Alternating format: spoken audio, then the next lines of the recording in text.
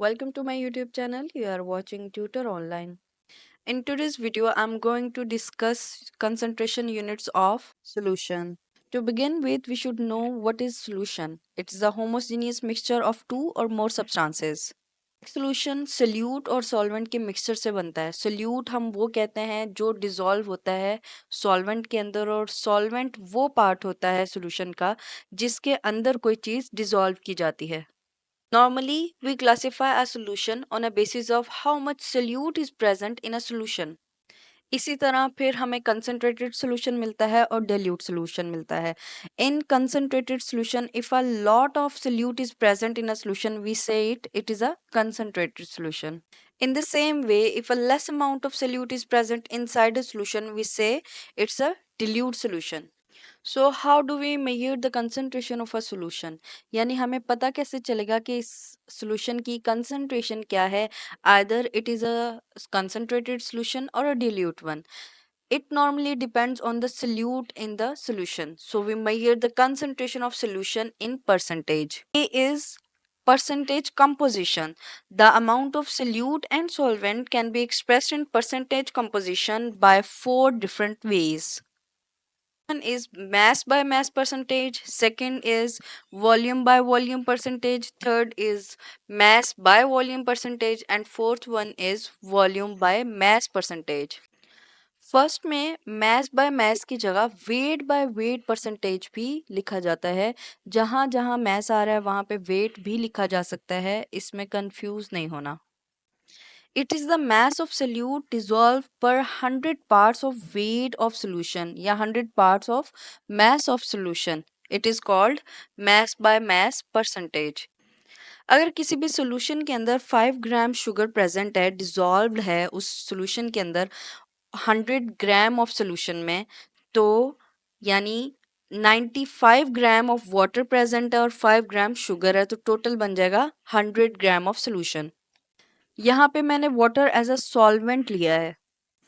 इसका फॉर्मूला है mass of solute over mass of solution multiply 100. Now we have percentage volume by volume का. It is the volume of solute dissolved per 100 centimeter cube of a solution. This unit of concentration is best applicable to solutions of liquid in liquids. इसका मतलब ये है कि हमारे पास salute और solvent दोनों liquid form में हो, इनको डिसॉल्व करने के लिए हम इस कंसंट्रेशन यूनिट को यूज करेंगे. इसका फॉर्मूला बहुत सिंपल सा है, volume of solute over volume of solution multiply 100. Next is mass over volume percentage. यानी हमारे पास सल्यूट है वो ग्राम में है प्रेजेंट, और जो सॉल्वेंट है वो वॉल्यूम यानी लिक्विड के अंदर प्रेजेंट है, तो हम इस परसेंटेज यूनिट का इस्तेमाल करेंगे. In other words, it is the mass of a solute dissolved per 100 parts by volume of a solution. अगर 10 ग्राम ऑफ ग्लूकोज डिसॉल्व हो 100 सेंटीमीटर क्यूब ऑफ सॉल्यूशन में, तो हमारे पास जो सॉल्यूशन की परसेंटेज होगी वो 10% mass by volume होगी उस solution की. The last one is volume by mass percentage. It is the number of centimeter cube of a solute dissolved per 100 gram of solution. यानी जो हमारा solute है वो liquid form में है. सपोज करते हैं कि हमने 10 सेंटीमीटर क्यूब ऑफ अल्कोहल जो है वाटर के अंदर डिसॉल्व किया है, और जो सॉल्यूशन का टोटल वेट है वो 100 ग्राम है, तो 10% वॉल्यूम बाय मास परसेंटेज बनेगी. Now we have this numerical problem. Calculate the percentage by weight of NaCl if 2 gram of NaCl is dissolved in 20 gram of water. सबसे पहले स्टेटमेंट देख के हमने ये पता चलाना है कि कौन सा फार्मूला लगेगा. जैसे NaCl है, एज यू नो कि ये सॉलिड फॉर्म में होता है और उसका गिवन मैस भी दिया हुआ है, वाटर का भी मैस दिया हुआ है, तो मैस बाय मैस परसेंटेज हमने फाइंड आउट करनी है. Weight of NaCl 2, weight of solvent 20. अब weight of solution, as you know कि सॉल्वेंट और सल्यूट मिलके सोल्यूशन बनाते हैं, तो 20 plus 2 is equal to 22 grams. Mass of solute की जगह 2 आ जाएगा ओवर मैस ऑफ सोल्यूशन में 22 और multiply 100. In this way we will evaluate the percentage by weight of NaCl. B is molarity. Molarity is the number of moles of solute dissolved per decimeter cube of solution. यानी 1 litre के अंदर जितने number of moles dissolve हुए होंगे salute के, वो solution जो होगा वो 1 मोलर का होगा। अगर 1 मोलर सोल्यूशन ग्लूकोज का वाटर के अंदर बनाए तो हमें 180 ग्राम ऑफ ग्लूकोज लेना पड़ेगा। As you all know, the molecular formula of glucose is C6H12O6। Carbon का एटॉमिक वेट 12 होता है, तो 6 × 12 = 72। हाइड्रोजन का एटॉमिक वेट 1 होता है, तो 12 एज इट इज, और 6 ऑक्सीजन है और ऑक्सीजन का एटॉमिक वेट होता है 16। 16 × 6 96। 72 + 12 + 96 = 180। इट मीन्स कि 180 ग्राम ऑफ ग्लूकोज अगर हम थोड़े से अमाउंट ऑफ वाटर में डिसॉल्व करके फिर हम ऐड करेंगे इतना वाटर कि टोटल वॉल्यूम 1 डेसीमीटर क्यूब या 1 लीटर हो जाए, तो जो सोल्यूशन की कंसंट्रेशन है वो 1 मोलैरिटी बनेगी। इसी तरह अगर if we have sucrose as solute, तो हमें 342 ग्राम ऑफ सुक्रोज लेना पड़ेगा, डिसॉल्व करेंगे थोड़े से अमाउंट ऑफ वाटर में और फिर उसको फिल करेंगे 1 डेसीमीटर क्यूब ऑफ सॉल्वेंट में, और जो सोल्यूशन की कंसंट्रेशन है वो 1 मोलर बन जाएगी।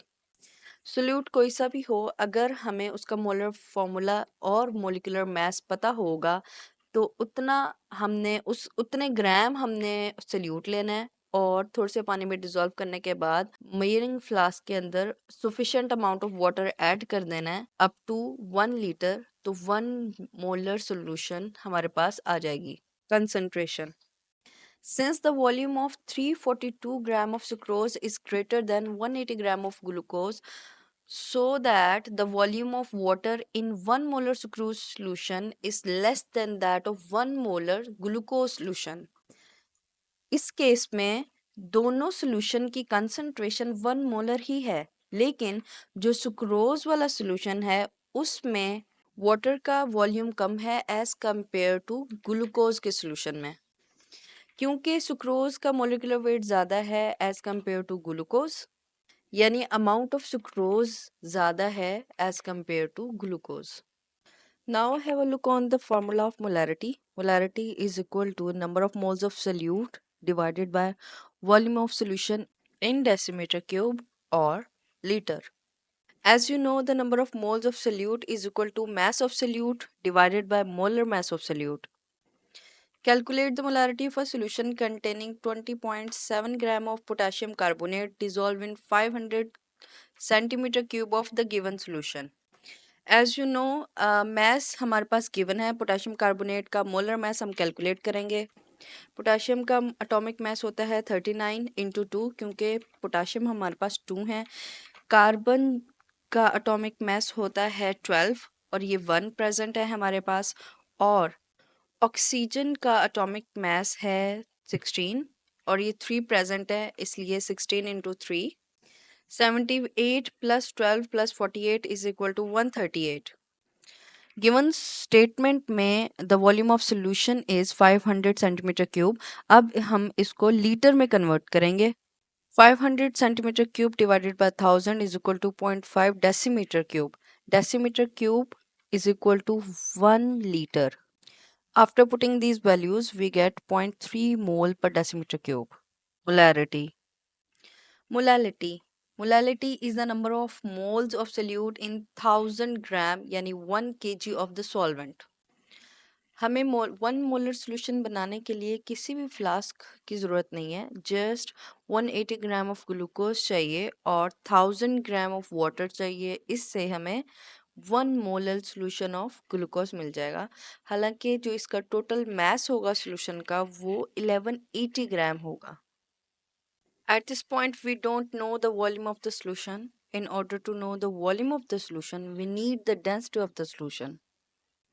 और अगर हमें सुक्रोज सोल्यूशन का 1 मोलर सोल्यूशन चाहिए तो 342 ग्राम ऑफ सुक्रोज चाहिए और उसको हम डिसॉल्व करेंगे 1000 ग्राम ऑफ वाटर के अंदर to get 1 molar solution.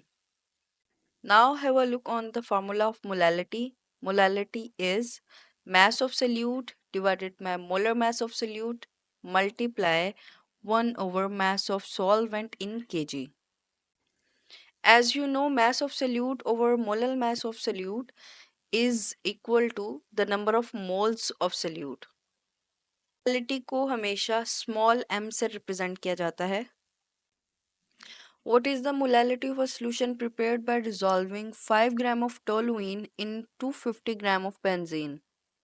Mass of toluene is given and the mass of benzene is 250 gram. We have to convert it in kg. So 250 over 1000 is equal to 0.25 kg. We need to calculate the molar mass of toluene as the formula is given C7H8. 12 into 7 plus 8 is equal to 92. So now we have to put the values in the formula. Now, parts per million, ppm. It is defined as the number of parts by weight or volume of a solute per million parts by weight or volume of the solution. In other words, mass of solute over mass of solution into 10 raised की power 6. इस ये formula put करने से हमें parts पर million find out हो जाएगा. ये यूनिट बहुत लो कंसंट्रेशन ऑफ सॉल्यूशन के लिए यूज किया जाता है just to check the impurities of substances in water. What is normality? Normality is the number of equivalents of solute divided by the liters of a solution. This unit normally used in quantitative analysis. An equivalent represents the mass of material providing Avogadro's number of reacting units. Reacting unit ऐसा unit होता है जो proton भी हो सकता है electron भी हो सकता है.